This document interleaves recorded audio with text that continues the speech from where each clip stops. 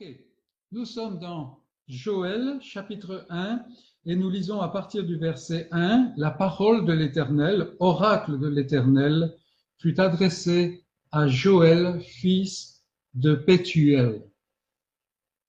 Écoutez ceci, vieillards, prêtez l'oreille, vous tous, habitants du pays, et rien de pareil est-il arrivé de votre temps ou du temps de vos pères.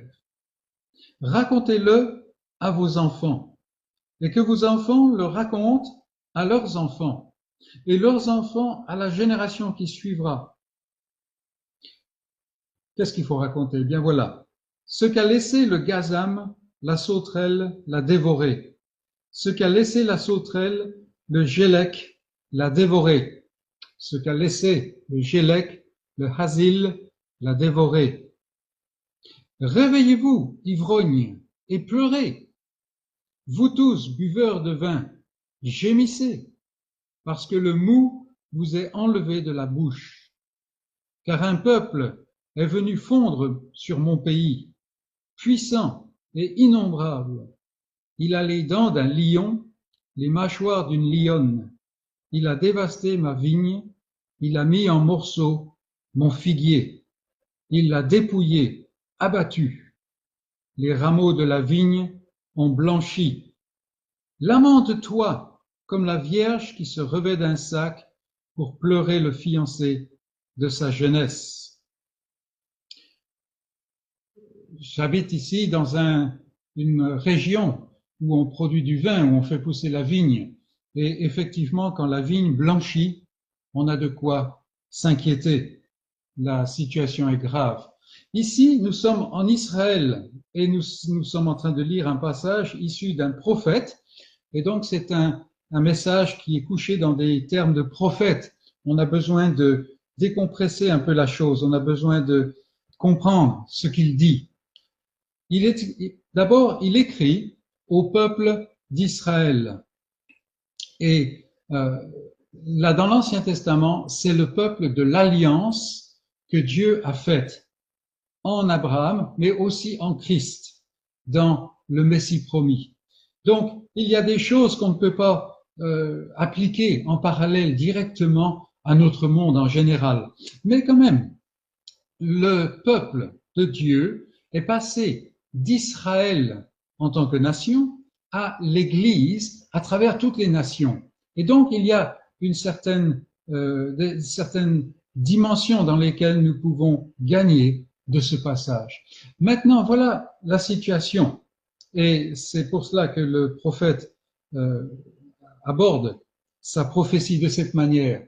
Il y avait une plaie, il y avait un fléau de sauterelles qui était déferlé sur Israël. Et comme on le sait, heureusement pour beaucoup d'entre nous, pas par expérience, mais on le sait, quand les sauterelles se répandent dans un pays, tout est dévasté. Et même la vie est complètement secouée, et ainsi de suite. Donc voilà quelque chose qui s'est passé dans le pays d'Israël, et puis dans toute la région, probablement dans toute la sous-région. Mais Joël, en fait, regarde cela comme un message de Dieu. Alors, on ne va pas entrer dans le domaine ou dans un registre religieux, mais tout ce qui se produit dans le monde créé par Dieu, le monde qui appartient à Dieu. Et donc, tout ce qui se passe est un message de Dieu. Le soleil brille et nous sommes heureux. C'est un encouragement, c'est un appel de Dieu à son peuple à se réjouir, mais aussi à être rempli de gratitude, de reconnaissance envers ses biens. Parce que les biens qu'il donne de manière terrestre dans la vie de tous les jours sont des images, des biens qu'il donne en Jésus-Christ en vue du salut pour l'accomplissement de son royaume. Donc voilà, ici, il y a ce fléau qui s'abat sur Israël, sur la région, mais le prophète de l'Éternel appelle le peuple de Dieu à faire attention, à faire une pause, à s'arrêter et à réfléchir. Et ici, en fait, nous avons le fait qu'il y a un fléau terrible qui s'abat sur Israël. Comme il dit, il faut se lamenter comme la Vierge se revêt du sac pour pleurer le fiancé de sa jeunesse. Vous voyez, c'est une vie qui est gâchée, une vie qui perd tout espoir, en fait, on pourrait traduire. Pourquoi cela? Parce que, en fait, le cours normal de la vie, ce qu'on appelle normal, on va mettre des guillemets, là encore, a été arrêté. Quelque chose se produit et tout d'un coup, tous les repères ont disparu. C'est un appel de Dieu à réfléchir. Et pourquoi est-ce que j'insiste là-dessus? Parce que j'en parlais encore cette semaine avec un frère. Nous avons entendu parler de fléaux, de choses terribles qui se sont abattues sur notre monde et peut-être sur notre civilisation, sur notre pays, quel que soit le pays où on est. Et dans les générations précédentes, et souvent, il y avait quand même une certaine dimension religieuse, extra matérielle, qui s'emparait des gens. Alors, c'était religieux, c'était des fois même carrément superstitieux, mais il y avait quand même une petite dimension que quelque chose, pour ne pas dire quelqu'un de plus grand, avait été intervenu dans la vie de tous les jours. Et cette fois-ci que nous vivons une situation qui est terrible pour certains, qui est certainement, qui nous impacte d'une manière profonde, il y a une chose qui semble vraiment être absente. Et je parle du monde en général, de la société en général. C'est cette dimension qui sort de l'être humain, qui sort de l'homme. Ça semble manquer. Et il n'y a pas cette dimension qui dit arrêtons-nous et réfléchissons un peu à nos voies, ne serait-ce que au niveau tout à fait sociétal, au niveau de la vie de tous les jours dans ce monde, sur cette planète. Très rares sont les voix qui disent mais franchement, on avait perdu nos repères, on vivait une vie complètement débridée et insensée. Peut-être est-ce qu'il faut qu'on marque une pause, qu'on revienne à certaines choses beaucoup plus normales. Voilà, c'est absent pour la grande part. Mais une autre chose qui me frappe, c'est que parmi ce qui s'appelle l'Église de Jésus-Christ, on ne voit pas beaucoup de traces de cela. On en voit, non, on en voit, il faut le dire, mais pas beaucoup, pas beaucoup. Et une chose qui est frappante, c'est que on est confiné, on ne peut pas se réunir, mais tout d'un coup, tout le monde va à droite et à gauche et il y a des activités de toute manière, des choses mises en place afin que nous puissions faire et surtout ne pas réfléchir. Peut-être est-ce qu'il nous faut écouter Joël. Joël nous rappelle ici, oui, il y a une catastrophe qui est intervenue, probablement pire en Israël que pour nous, d'une certaine manière, mais c'est un message de Dieu. Dieu parle, Dieu parle. Et peut-être que ce matin, il nous faut, nous arrêter un moment et nous dire, Dieu parle. Il parle tout le temps. À travers même la normalité, si je puis dire, je ne sais pas si ça existe ce mot, de la vie de tous les jours, il parle. Par le fait que la vie continue. Mais des fois, le message est plus fort et il nous invite à nous arrêter. Dieu parle, est-ce que je suis prêt à écouter? Voilà la question. Maintenant, si je vais un peu plus loin dans Joël, j'arrive au chapitre 2, et regardez le premier verset. Sonnez de la trompette en Sion, faites-la retentir sur ma montagne sainte, que tous les habitants du pays tremblent, car le jour de l'Éternel vient, car il est proche. Jour de ténèbres et d'obscurité, jour de nuées et de brouillard, il vient comme l'aurore se répand sur les montagnes.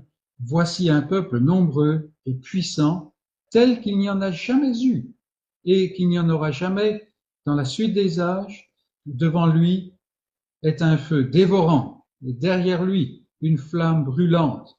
Le pays était auparavant comme un jardin d'Éden, et depuis c'est un désert affreux, rien ne lui échappe. Ici, Joël va un peu plus loin.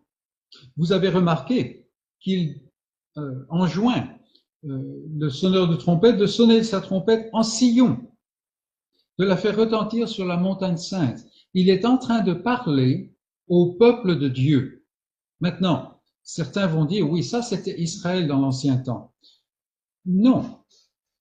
Oui et non, on peut dire, mais en fait, tout ce qui était d'Israël n'était pas Israël, nous dit Paul.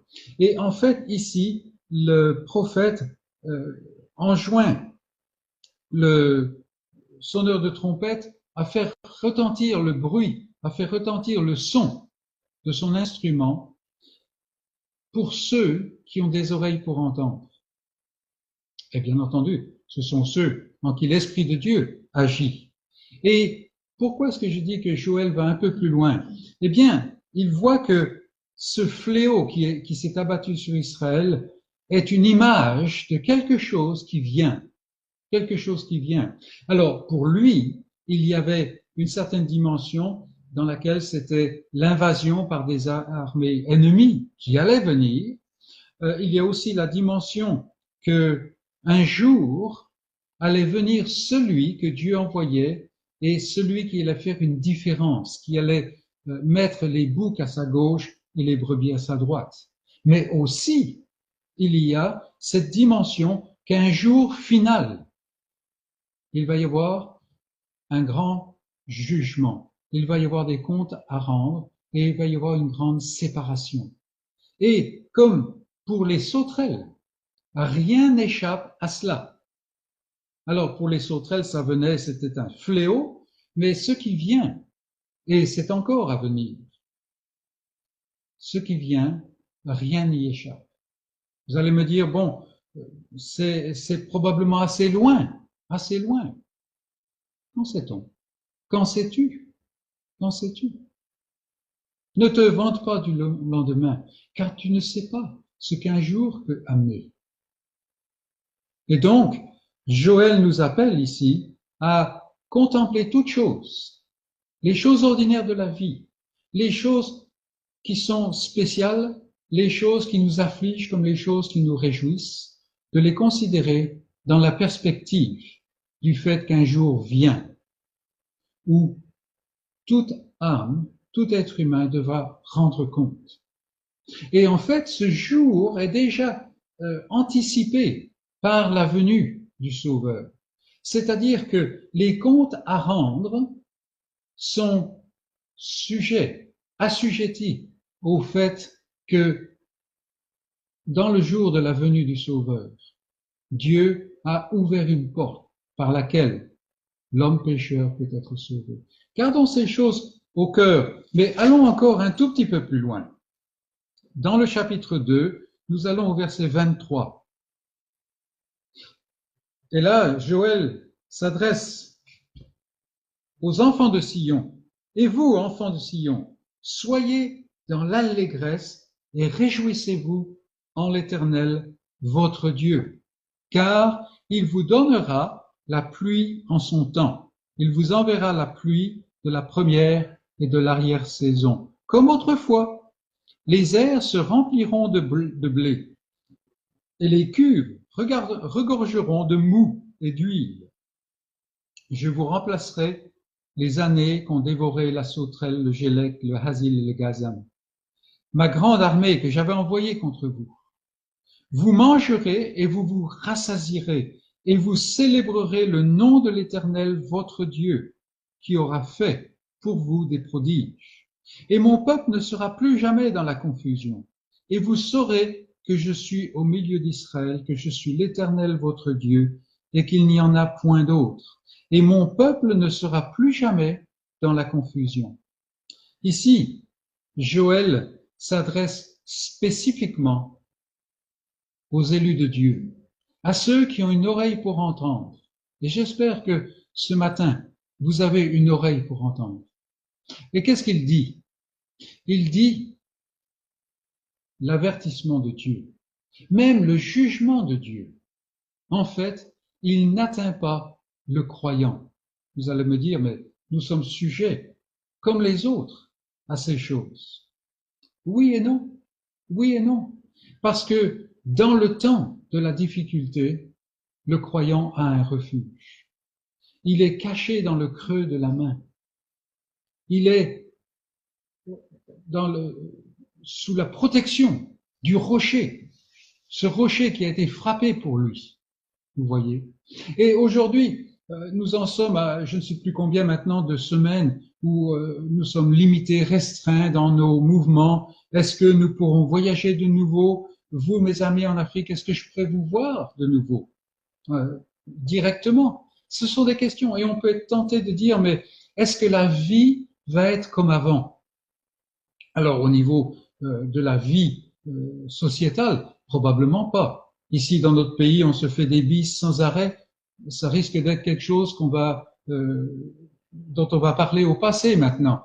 Mais pour le croyant, il n'en est pas de la même.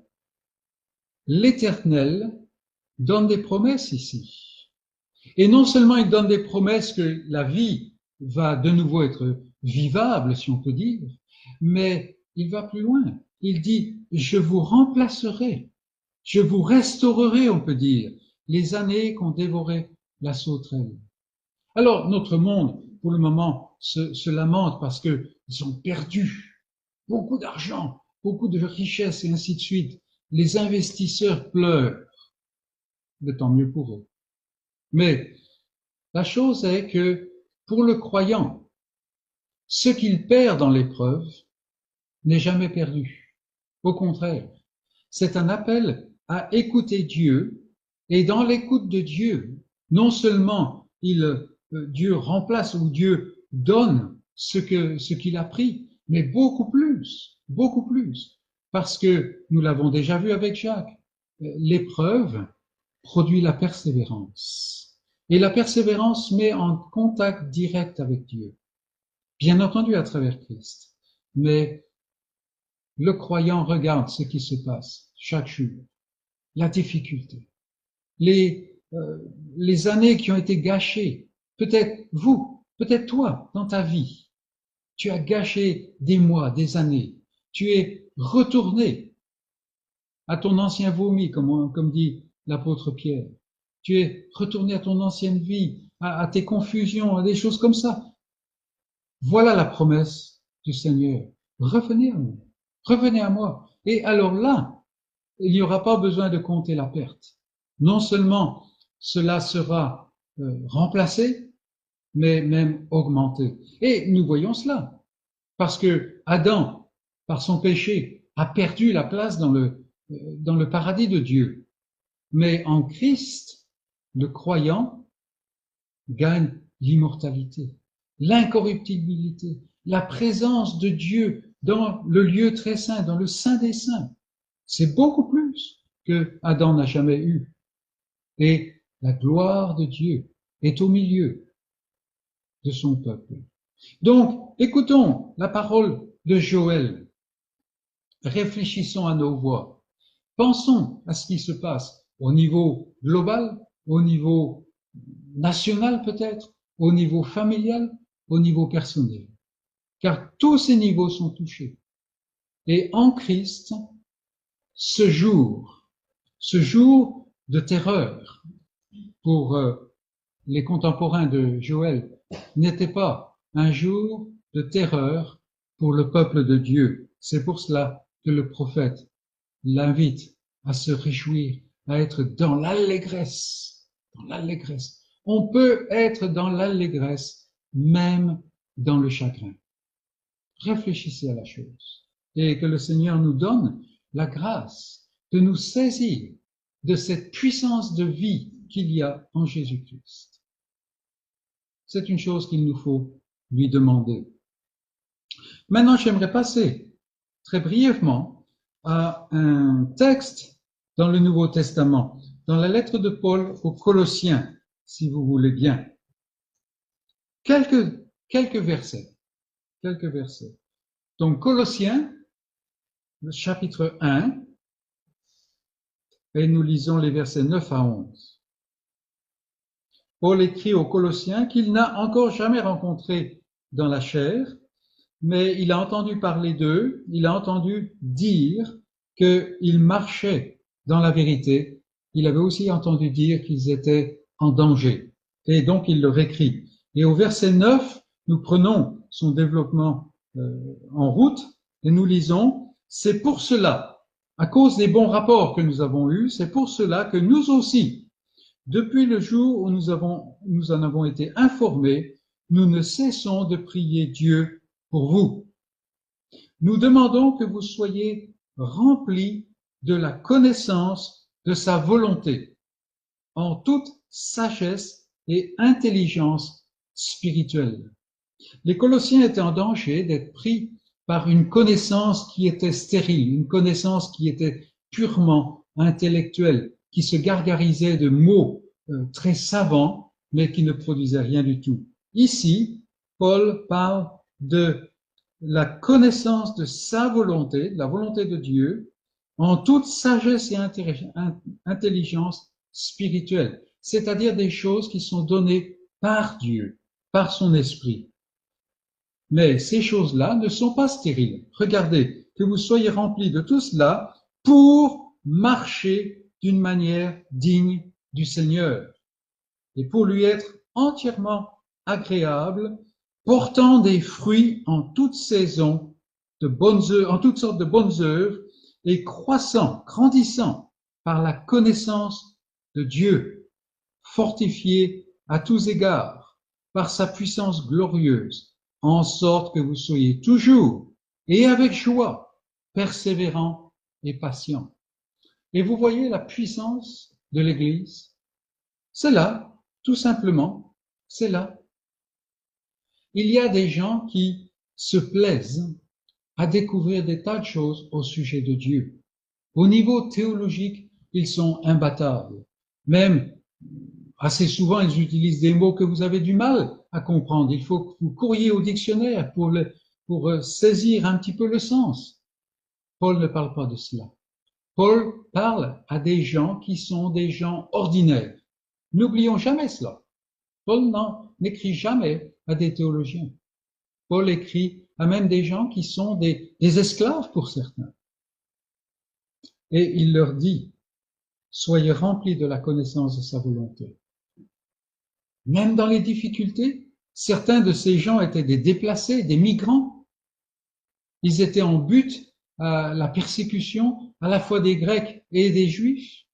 Comment est-ce que ces gens peuvent être remplis de la connaissance, peuvent grandir, peuvent se réjouir? Parce qu'on parle d'une joie persévérante. Vous voyez comment? Eh bien, tout simplement parce que la connaissance qu'ils ont de Dieu, c'est une connaissance qui transforme la vie. C'est une connaissance qui œuvre, c'est une connaissance qui vit pour marcher d'une manière digne du Seigneur. Et la question se pose tout simplement, et je ne veux pas m'étendre plus là ça, je veux simplement vous inviter à revenir à ce texte et à le méditer. La question se pose, est-ce que je marche d'une manière digne du Seigneur? Comment est-ce que je le sais? Comment est-ce que je le peux? Eh bien, en étant rempli de la connaissance de sa volonté. Où est-ce que je trouve cela? Dans la parole de Dieu.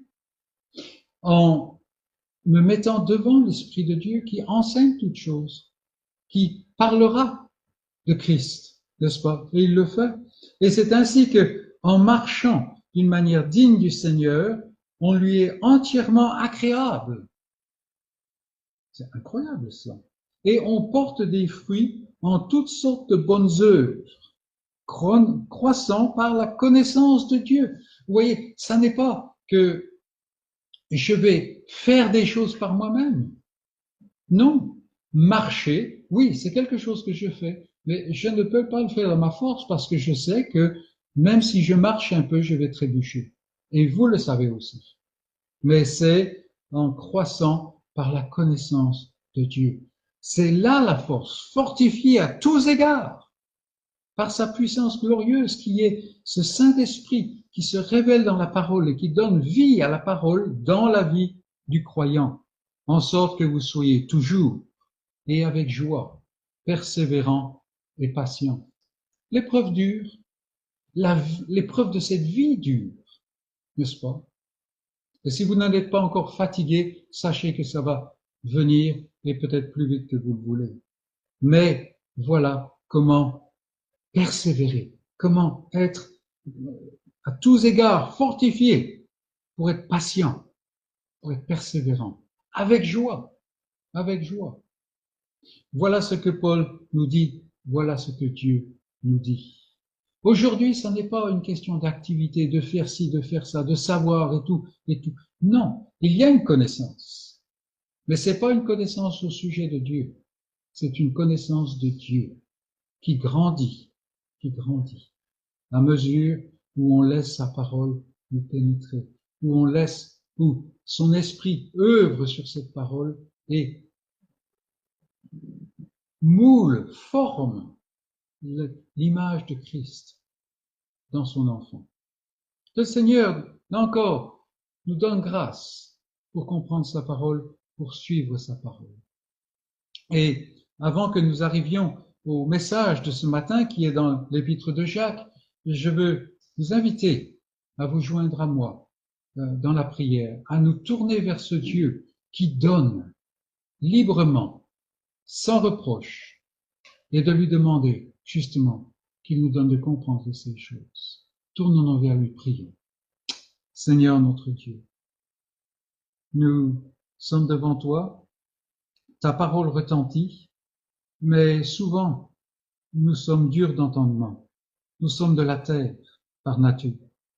Et même avec l'œuvre que tu fais dans notre cœur, bien souvent, Seigneur, nous sommes attachés à cette terre. Et dans ces instants, et dans le cours de notre vie, Seigneur, nous te prions que tu te plaises, que tu nous fasses grâce en œuvrant avec ta parole et ton esprit, de façon à ce que nous puissions saisir ces choses, non pas les saisir pour simplement nous parader comme étant supérieurs aux autres, ce que nous aimons bien faire, ce que nous sommes tellement bons à faire. Le Seigneur, de façon à ce que nous puissions entendre ta voix, être transformés, remplis de toute cette puissance et que nous puissions marcher d'une manière digne de ton nom, d'une manière qui manifeste ce Fils que tu as envoyé et qui a ôté le péché du monde, afin, Seigneur, que le croyant soit édifié, affermi, afin que le pécheur soit convaincu de son péché. Seigneur, nous vivons dans un temps qui est inhabituel, qui nous sort de nos repères, qui même produit parfois l'appréhension et la crainte. Mais Seigneur, nous nous confions à toi. Nous ne voulons pas oublier que tu es le Créateur et donc que tu es celui qui est le propriétaire de cette création. Tu y fais ce que tu veux et tu as le droit d'y faire ce que tu veux. Et il n'y a personne qui peut te demander « Mais qu'est-ce que tu fais ?» Tu es souverain. Et Seigneur, si nous croyons dans ta souveraineté parce que ta parole nous l'annonce, nous ne voulons pas que cette connaissance ni cette croyance soit stérile, mais que dans ces temps, nous puissions nous accrocher à toi, afin d'être fermes, inébranlables, sachant qu'il n'y a pas une seconde, même de la crise actuelle, qui fait que ton dessein est empêché d'avancer selon ce que tu as prévu. Au contraire, tu utilises toutes choses. Et nous te remercions tout simplement, ô notre Dieu, pour le Dieu que tu es, pour être celui qui se révèle avec puissance comme étant un Dieu juste, saint, qui nous assure de la disparition un jour du péché, mais aussi un Dieu de grâce, celui qui a compassion, celui qui ne va pas éteindre la mèche qui brûle encore, tout simplement, qui n'arrive plus à vraiment fonctionner correctement. Tu n'es pas celui qui va complètement casser ce roseau qui était tordu, plié, mais tu es celui qui fait grâce. Tu es le Dieu de miséricorde Et c'est vers toi ce matin que nous venons, Seigneur, chacun d'entre nous, celui qui se sent le plus fort comme celui qui se sent vraiment comme un rien, un moins que rien, celui qui a tout gâché, tout gâté, celui qui a vécu cette vie, même cette dernière semaine, même ces dernières heures, dans l'échec, dans la faillite. Tu es ce Dieu qui fait miséricorde. C'est vers toi que nous venons, ô notre Dieu. Que ta parole soit puissante dans nos cœurs. Nous te prions en Jésus-Christ. Amen. Eh bien, mes amis, nous venons à notre étude de la parole de Dieu. On a simplement passé quelques moments à méditer sur cette parole et je vous invite une fois encore à revenir à cette prophétie de Joël, à ne pas vous laisser rebuter par ces manières bizarres de s'exprimer ou de revenir à la lettre aux Colossiens qui est une merveilleuse lettre en fait, très actuelle. Mais maintenant, nous voulons venir à Jacques, la lettre de Jacques dans le Nouveau Testament, près de la fin, juste après la lettre aux Hébreux. Si vous n'avez pas l'habitude de feuilleter dans votre Bible, dans la Bible, eh bien, Hébreux, il y a pas mal de chapitres, et donc c'est juste après Hébreux, la lettre de Jacques. Et nous avons déjà passé un petit moment à regarder le début. Aujourd'hui, nous allons regarder les versets 6 à 8 et nous allons regarder la prière pour la sagesse. Donc, Hans, Wayne, voilà le titre pour vous qui publiez plus tard les enregistrements.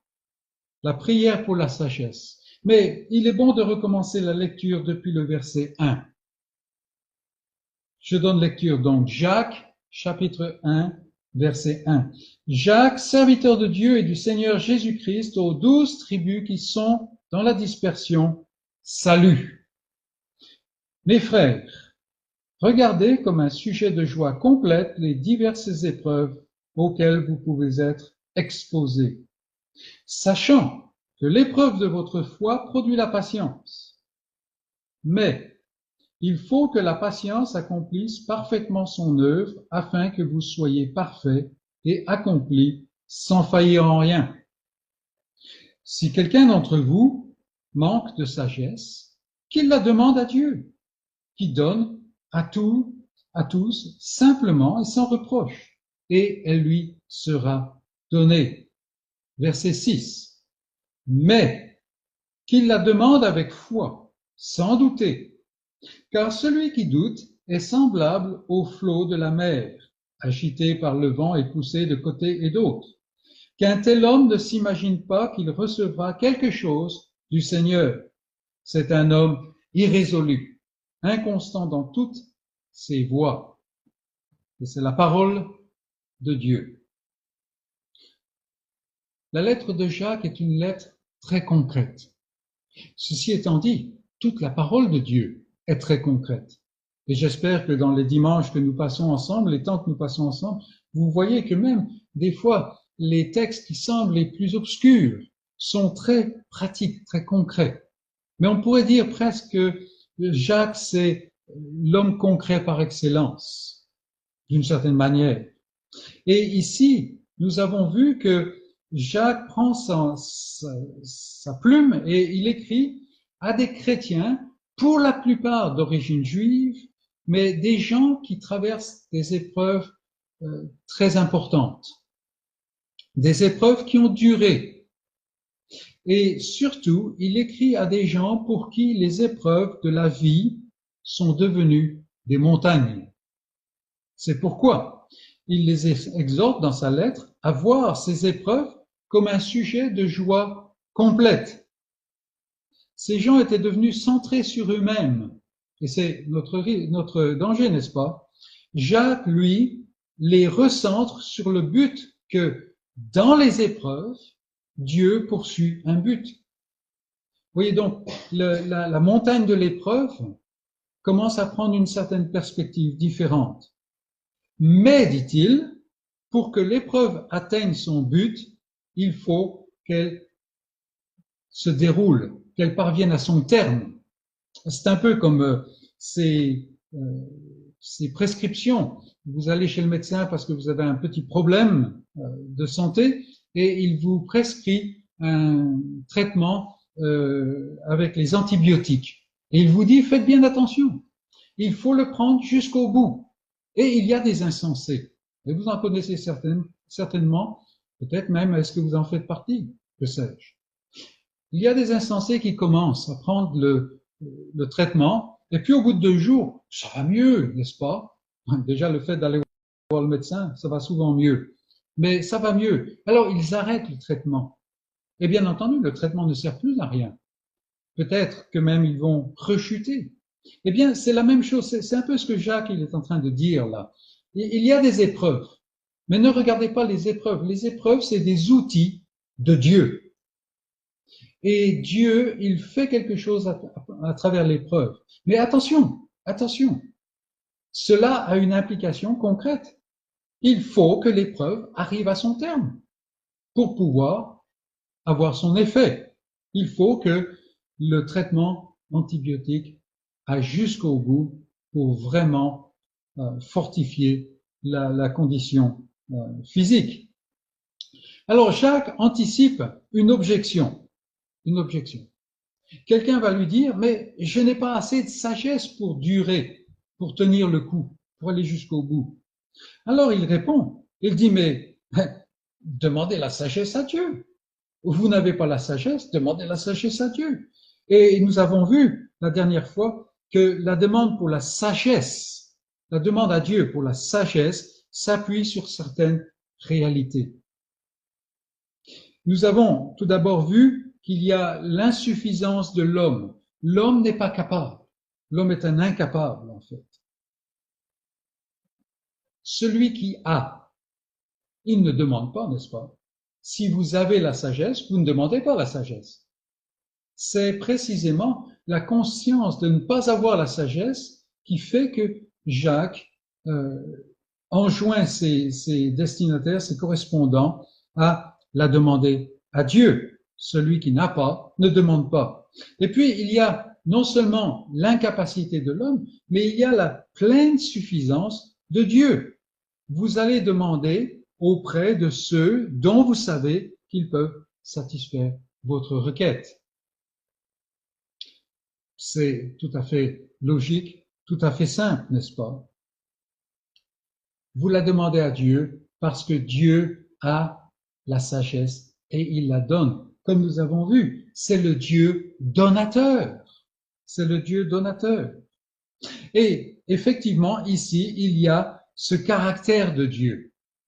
Et c'est ce que Jacques a bien montré, nous l'avons vu la dernière fois, le Dieu donateur. Et il donne sans arrière-pensée. Il n'est pas du monde.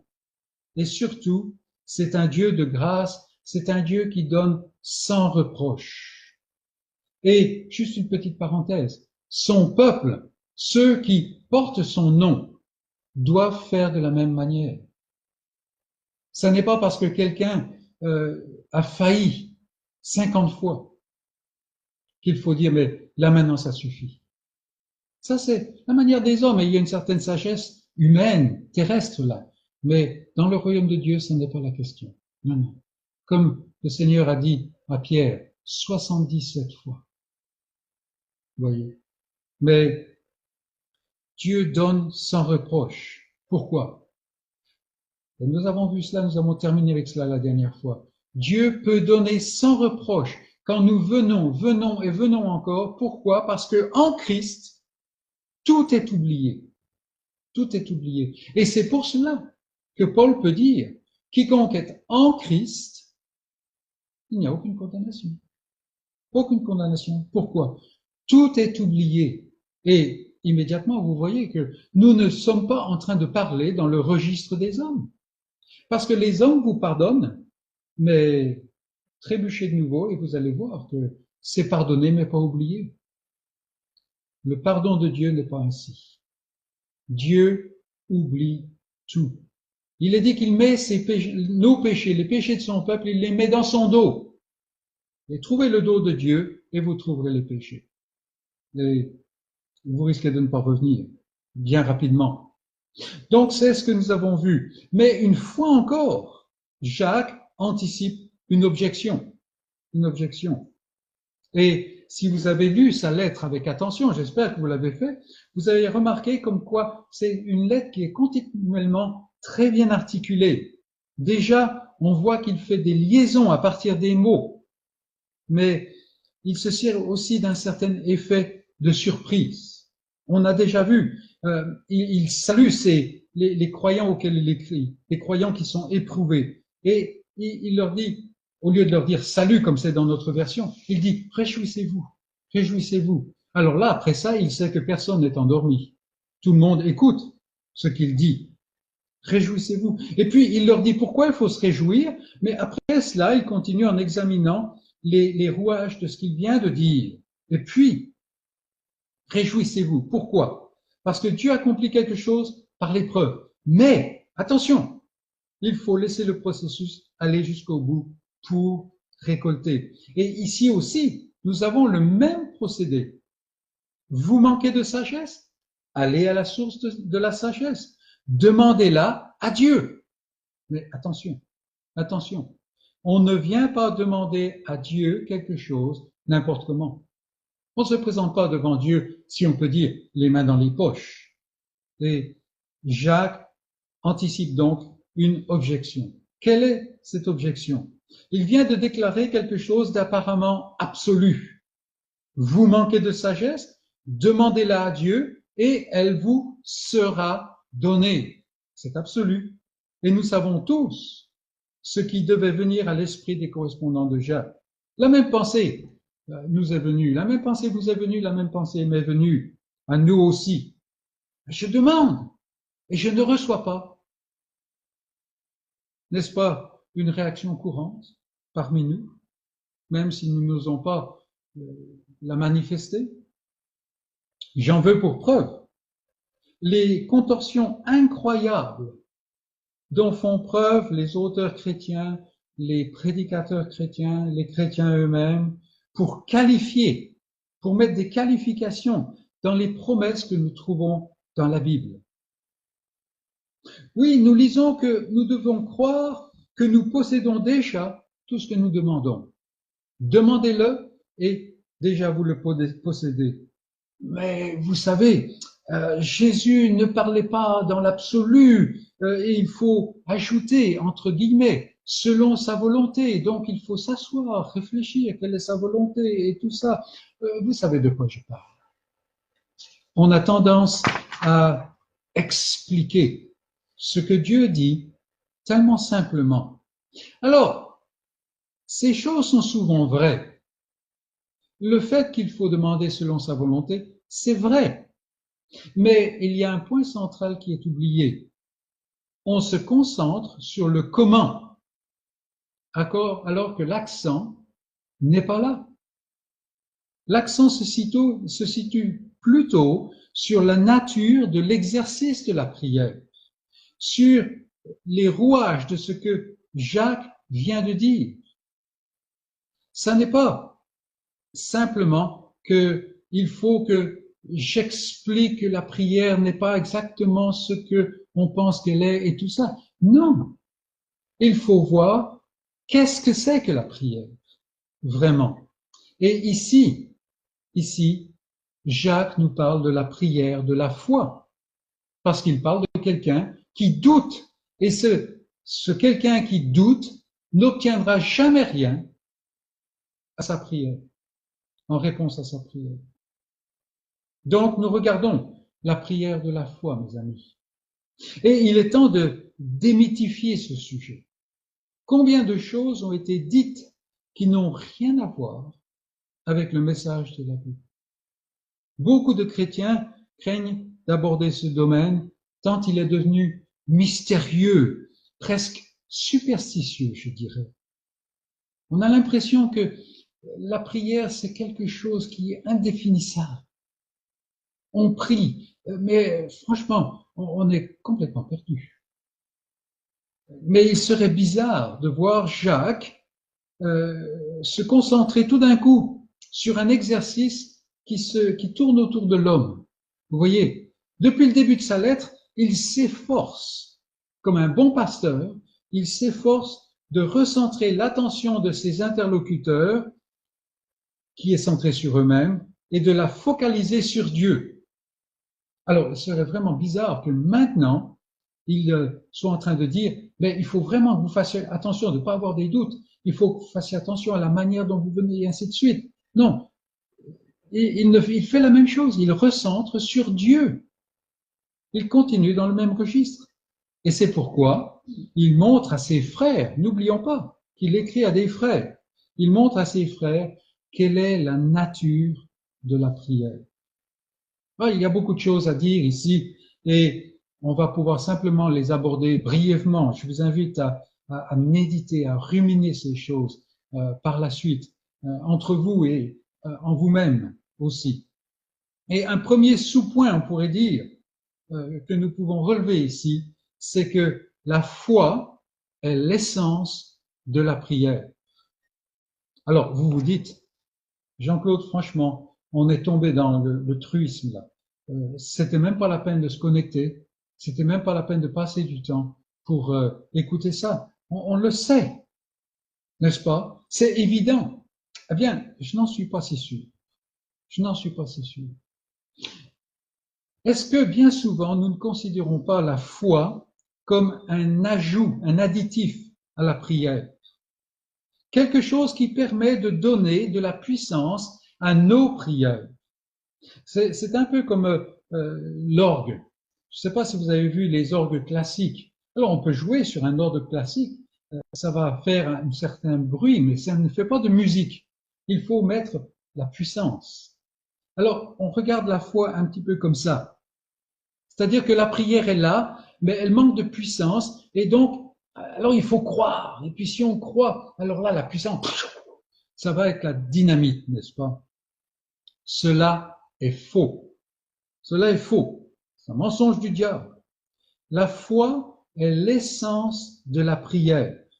Si la foi n'est pas au cœur de votre prière, mes amis, alors votre prière n'est pas une prière. C'est aussi simple que cela. Et donc, comment est-ce qu'elle peut recevoir un exaucement? Pourquoi est-ce que cela est important? Eh bien, parce que cette foi qui est au centre de la prière, qui est l'essence de la prière, elle recentre tout sur Dieu. Et c'est ce que Jacques est en train de faire.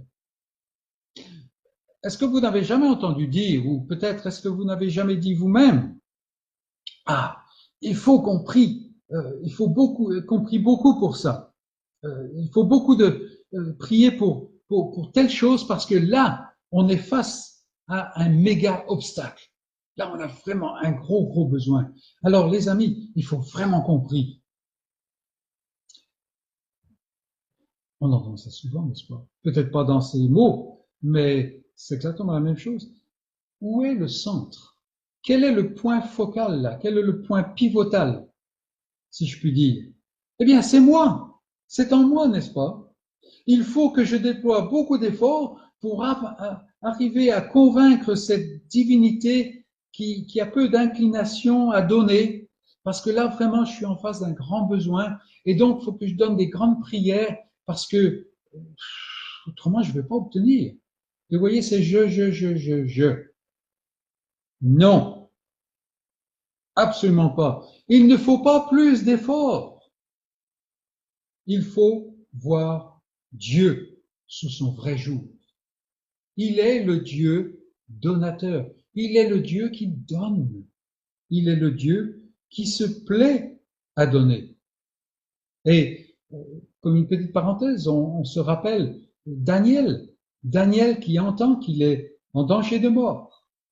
Qu'est-ce qu'il fait? Est-ce qu'il tombe dans la frénésie de la prière? Non, il prie comme à son habitude, qui est probablement plus que notre habitude. Que dit l'Écriture? Si nous allons dans la lettre aux Hébreux, chapitre 11, verset 6, nous lisons « Or, sans la foi, il est impossible de lui être agréable. » Il est impossible d'être agréable à Dieu. Ou comme on pourrait le rendre, il est impossible qu'il agrée, qu'il exauce. Pourquoi? car il faut que celui qui s'approche de Dieu croit que Dieu existe et qu'il est le rémunérateur, c'est-à-dire l'exauceur, si on pourrait dire, de ceux qui le cherchent. Où est le centre maintenant? Vous voyez, l'épreuve a pris une certaine perspective. Parce que maintenant, je ne viens pas avec mon besoin, je viens à Dieu. Que mon besoin soit grand ou petit. Parce que lui, de toute façon, si c'est grand ou petit pour moi, pour lui, ça n'est ni grand ni petit. Vous voyez, c'est l'essence, la foi est l'essence de la prière. Pourquoi? Parce qu'elle nous met directement en contact avec Dieu, en relation avec Dieu. La vraie prière n'est pas ce que nous faisons, mais à qui nous nous adressons. Et nous pensons à Néhémie avec sa prière flèche, comme on dit, n'est-ce pas? Petite prière, comme ça. Mais elle obtient. Parce qu'il est en présence du roi, il ne peut pas dire au roi, à l'empereur, dire, attendez une seconde, il faut que je prie le Seigneur, on va se mettre à genoux par terre, alors on va mettre le mouchoir pour pas salir le pantalon, et ainsi. Non, non. Pourquoi? Il n'a pas besoin de beaucoup de mots, parce qu'il s'adresse au Dieu qui sait tout.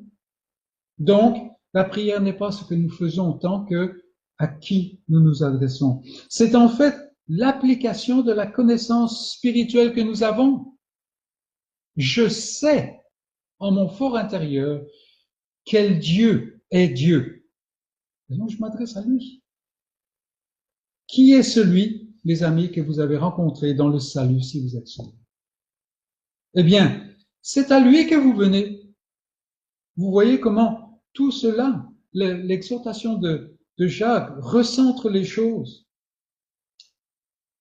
Il nous faut faire attention.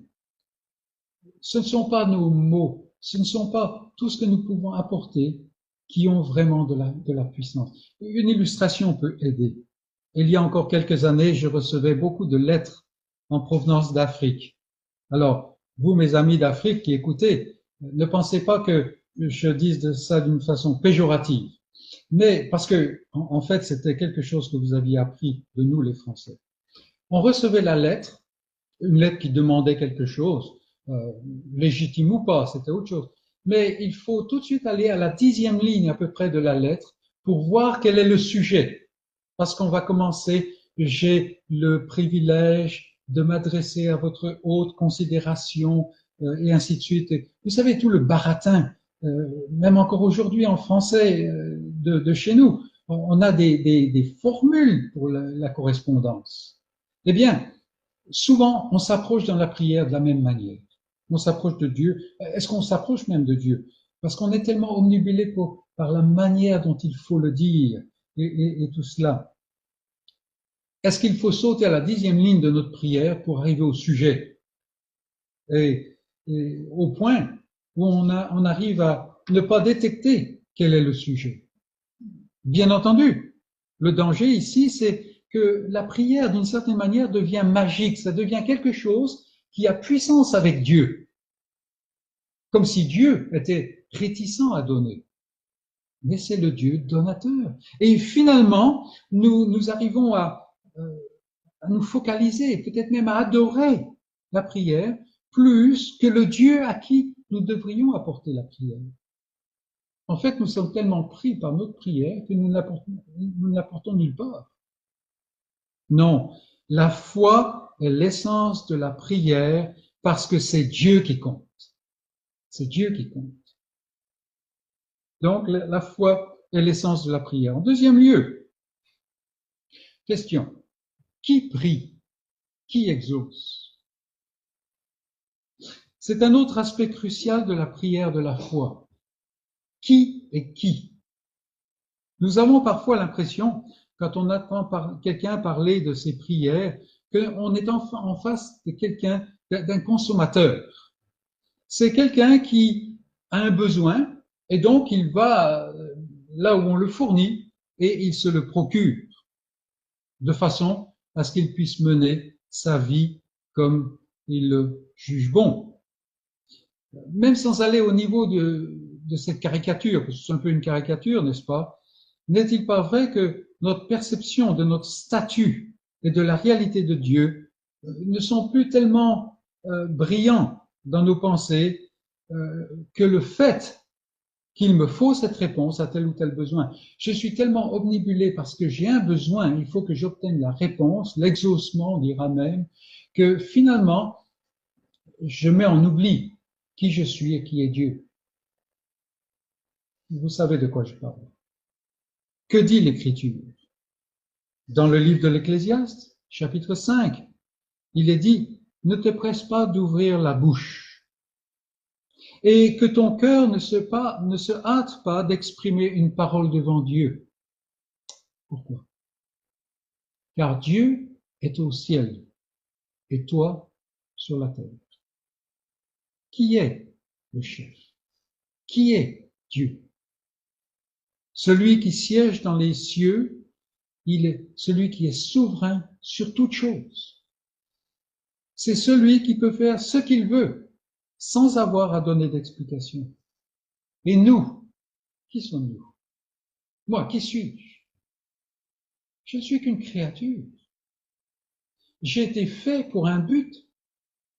Et pire encore, en raison de mon péché, de mon état de péché, je suis finalement un rebelle. Et si je viens devant Dieu, je viens comme un mendiant.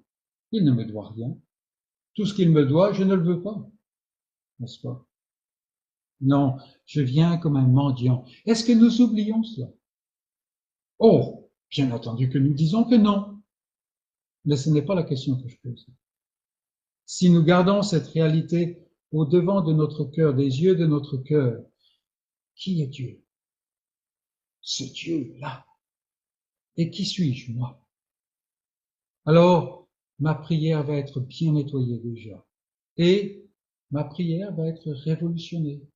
Je n'aurai pas besoin de me lancer dans toutes ces contorsions pour la qualifier, parce que déjà, il y aura beaucoup de ronces qui seront ôtées.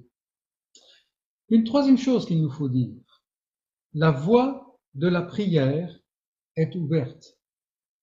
La voie de la prière est ouverte. Il est étonnant de voir combien peu notre théologie, ce que nous savons au sujet de l'œuvre de Dieu, combien peu cela affecte notre prière. On parle souvent en parlant de quelqu'un qui croit que finalement l'homme parvient au salut par l'exercice de certaines capacités qu'il a en lui, notamment la capacité de choisir, de décider pour Christ. Et on dit, mais cet homme-là, quand il vient à genoux dans la prière, il est tout à fait inconséquent avec lui-même. Parce il ne s'adresse pas à la personne qui peut changer, il s'adresse à quelqu'un d'autre, n'est-ce pas? Parce que c'est lui qui peut changer. Alors on voit très bien cela, l'incohérence de cette personne, l'inconséquence de cette personne. Mais est-ce que nous voyons l'incohérence de celui qui dit qu'il a la conviction que Christ a effectivement sauvé tous les siens sur la croix? Quand il a dit tout est fini, tout est accompli, voilà, ce n'est ensuite qu'une question de temps, selon le calendrier de Dieu, pour que les élus parviennent au salut. Voilà quelqu'un qui dit qu'il a cette conviction.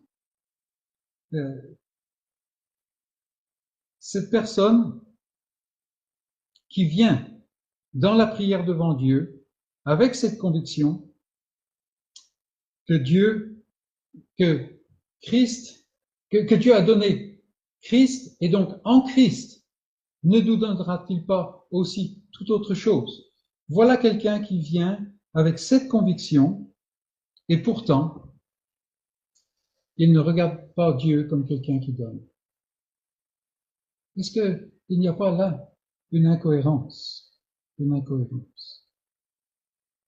Quelqu'un qui pense que parce que Christ a parachevé l'œuvre, qu'il a accompli une œuvre parfaite, totale, qui n'a besoin de rien d'autre, qu'en raison de cela, le ciel est absolument ouvert et l'accès au ciel est tout à fait légitime pour chacun des élus. Et cette personne n'exerce pas la prière de la foi. Incohérence. Incohérence. Là encore.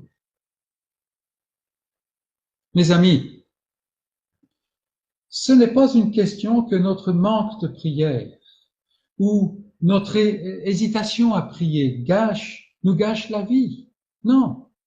Ce n'est pas que nous savons que nous devrions le faire qui pose le problème, mais que nous avons des tas d'inhibitions qui nous empêchent de le faire. Ce n'est pas là le problème.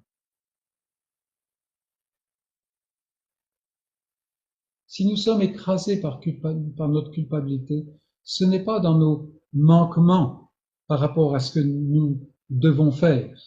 Non. Le vrai problème, c'est qu'en fait, nous déclarons en réalité, en n'exerçant pas la foi dans la prière, nous déclarons en réalité que l'œuvre de Christ n'est pas accomplie ou qu'elle n'est pas efficace. C'est grave, mais c'est vrai. Parce que si ma foi dans la prière n'est pas au centre de ma prière, et si cette prière n'est pas la prière de la foi, cela veut dire qu'il reste encore quelque chose à ajouter à ce que Christ a fait. Or, Christ dit, tout est accompli. Et maintenant, le ciel est ouvert. Le ciel est ouvert. Mes amis, la question, Christ est-il vraiment mort? Et nous savons qu'il n'est pas mort pour lui, puisqu'il n'avait pas de péché, et que la mort est le salaire du péché. Qu'a-t-il fait par sa mort? A-t-il vraiment accompli parfaitement et dans le salut de tous ceux qui seront sauvés? C'est ce que la Bible dit. Que s'est-il passé lors de la mort de Christ? Nous avons ces paraboles, nous avons ces illustrations devant les yeux. Que s'est-il passé? À ce moment même, lisons ce que la Bible dit. Matthieu chapitre 27. Et voici, le voile du temple se déchira en deux, depuis le haut jusqu'en bas. Ce voile qui symbolisait le fait que Dieu, on ne pouvait pas accéder à Dieu comme cela. On ne pouvait le faire que sous certaines conditions, notamment avec le sang de l'expiation qui apportait la paix. Maintenant, le voile est déchiré. Est-ce que les Juifs l'ont recousu? Il y a beaucoup de gens qui l'ont recousu depuis. Mais le voile est déchiré. Donc, l'accès est ouvert. L'accès est légitime pour quiconque a la foi. Si quelqu'un n'a pas la foi, il ne vient pas. Mais celui que la foi pousse à venir, le ciel est ouvert. Le ciel est ouvert. Et donc, vous voyez, la voie de la prière est ouverte. Si seulement nous avions cela devant les yeux, nous prions plus facilement. Plus facilement. Nous nous occuperions moins de notre grammaire et de notre syntaxe et de toutes ces choses-là. Oh, combien ces choses ne sont pas tellement importantes. Oui, mes amis, Dieu est au ciel et nous sommes sur la terre. Prenons donc garde à ne pas venir n'importe comment, surtout à ne pas venir devant un simple fournisseur. Mais, en même temps, le voile est déchiré. Nous sommes fils. Et Hébreux, chapitre 10, nous dit, ainsi donc, frères, nous avons, au moyen du sang de Jésus, une libre entrée dans le sanctuaire, par la route nouvelle et vivante, pas qui vient de l'homme, la route vivante, nouvelle et vivante qu'il a inaugurée pour nous au travers du voile. C'est fait par un autre, mais c'est fait pour ceux qui reçoivent la vie de la foi de Dieu. Quel est le côté pratique de cette chose-là? Quelle est la déduction? Quel est l'impact de cela?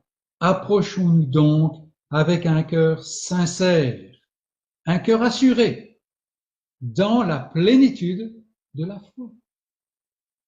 Voilà ce que Dieu nous enjoint de faire.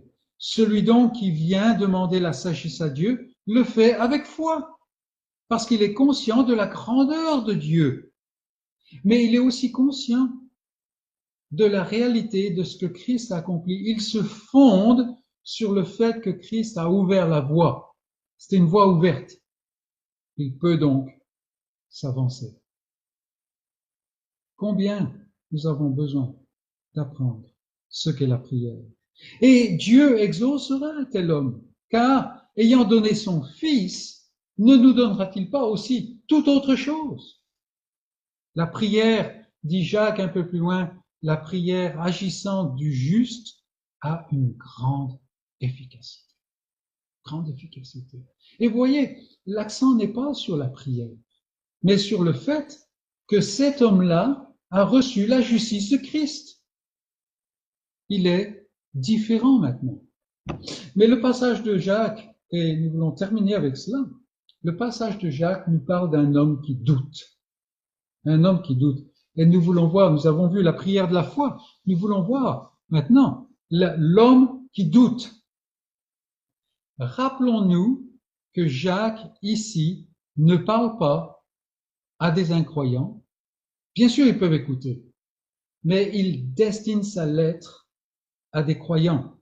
Et il ne parle pas de l'incroyant, mais du croyant. Il écrit à ses frères. Il veut que ses frères se tiennent sur leurs deux pieds, là où Dieu les a placés et dans les circonstances où Dieu les a placés. Et comme vous le savez vous-même, même le croyant peut être un homme qui doute. Il y a tant de choses qui habitent le cœur, des choses même contradictoires. Jacques utilise ici un mot qui indique un esprit torturé, un esprit écartelé. Et il en parle comme d'une condition qui fait obstacle à la prière de la foi. C'est pour ça que c'est important de jeter un œil sur la chose. Il parle à quelqu'un qui peut être croyant, mais qui est saisi par le doute. Saisi par le doute.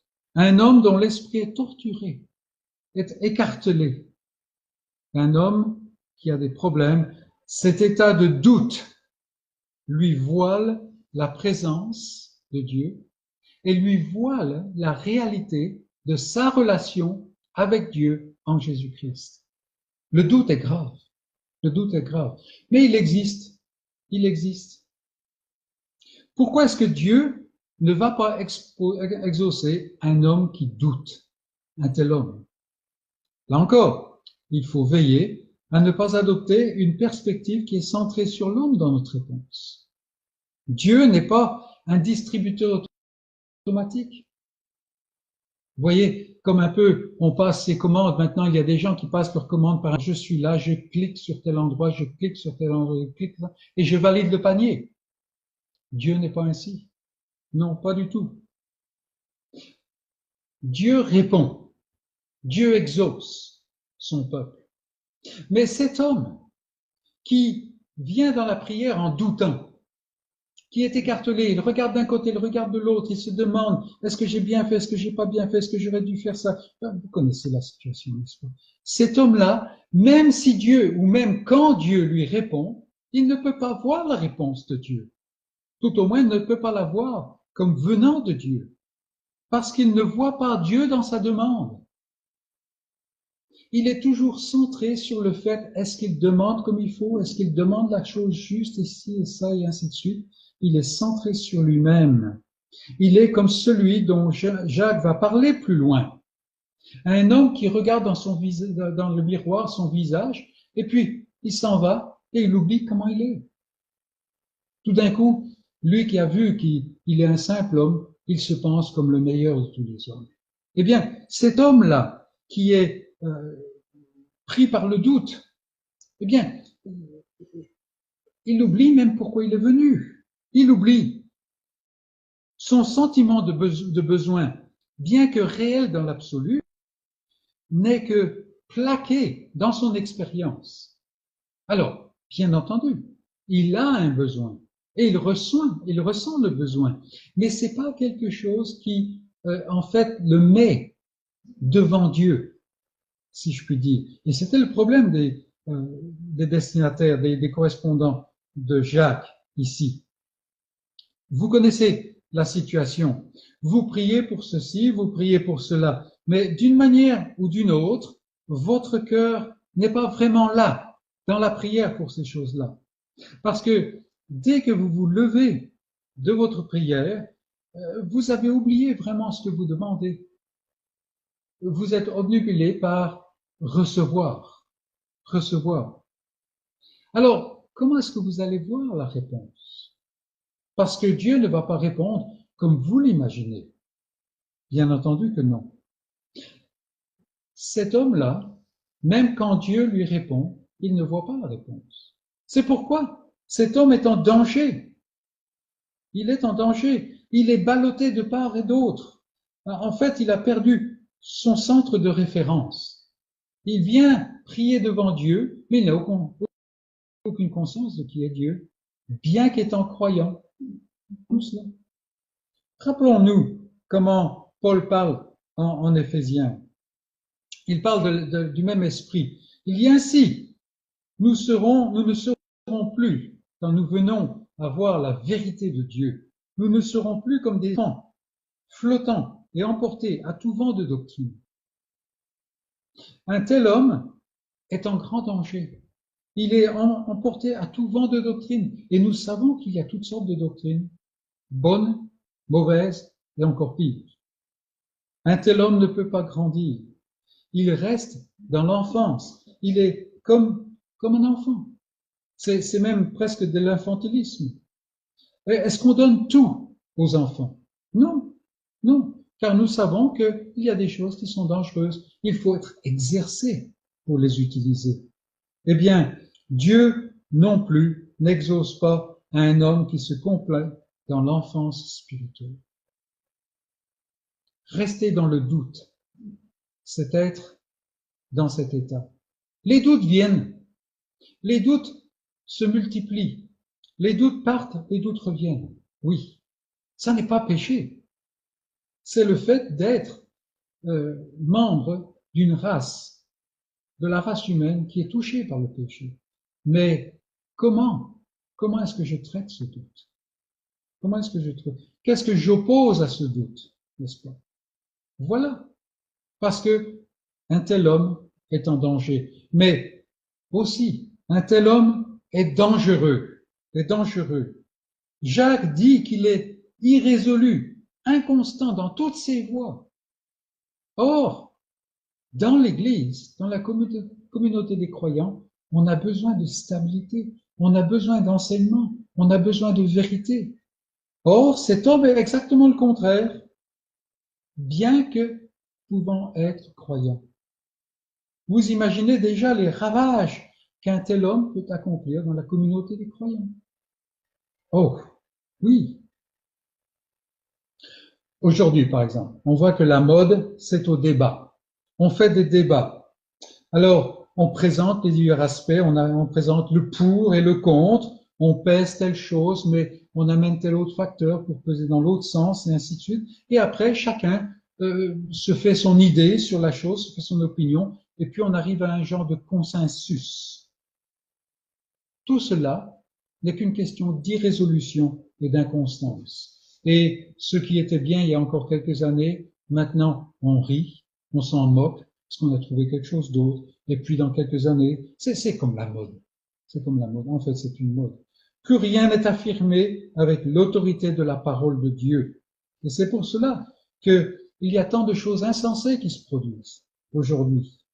Mais celui qui vit la vie de la foi, notamment au milieu des besoins, au milieu des épreuves, qui a besoin de sagesse et donc qui est invité, qui est exhorté à venir dans la prière pour demander la sagesse, mais qui doit la demander avec foi, de façon à ne pas rester dans l'irrésolution du doute, un tel homme, il doit porter attention à ces choses. Il doit regarder et dire, mais quelle est ma voie? Est-ce que je viens devant Dieu pour la simple raison que j'ai un besoin, pour la simple raison que je suis dans l'épreuve? Ou est-ce que je viens à Dieu parce qu'il est Dieu? Est-ce que c'est Dieu qui occupe ma vision? N'est-ce pas? C'est pour cela que souvent, on a l'image de l'enfant.